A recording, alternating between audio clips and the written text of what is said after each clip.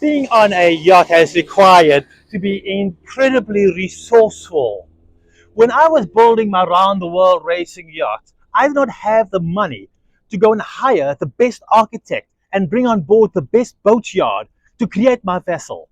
So instead, I ended up designing the boat and building the boat from what material I could find, what financial resources I could afford.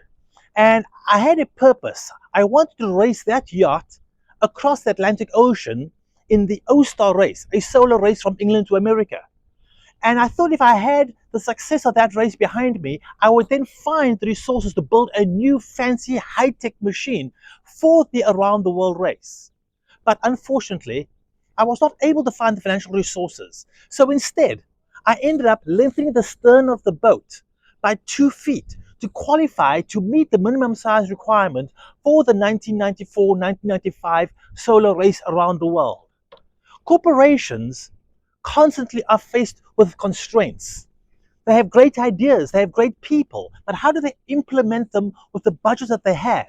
And so we have to think outside of the box on how do you do more with less?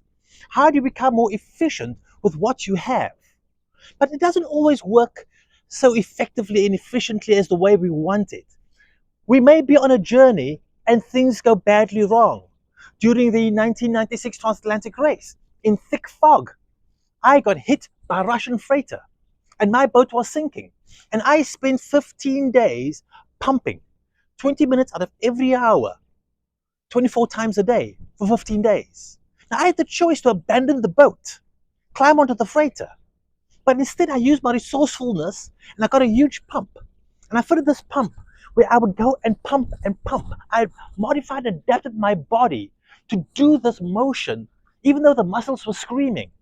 Again, we've had those same situations happen with the pandemic, where the pandemic shut down business, put people at home, and people had to adapt to how they did things.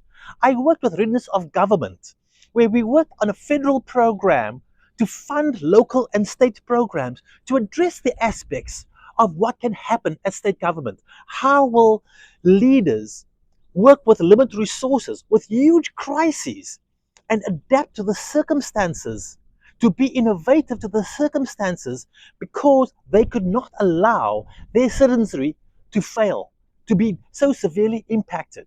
So I truly believe that the ability for corporations and governments to become resourceful and hence to be more efficient with what they have is really critical as we move forward into this world of so many unknowns. The marketplace can shift very quickly. How do individuals adapt to that shift? How do corporations harness the opportunity that separates them from the competitors to keep them moving forward? How do governments find resilient ways to address the aspect of climate change? Because there will be severe impact to their various populations. It is all about our attitude of how we will look at our circumstance and how we will become completely innovative and resourceful to find the solutions to what is possible, to what must be done.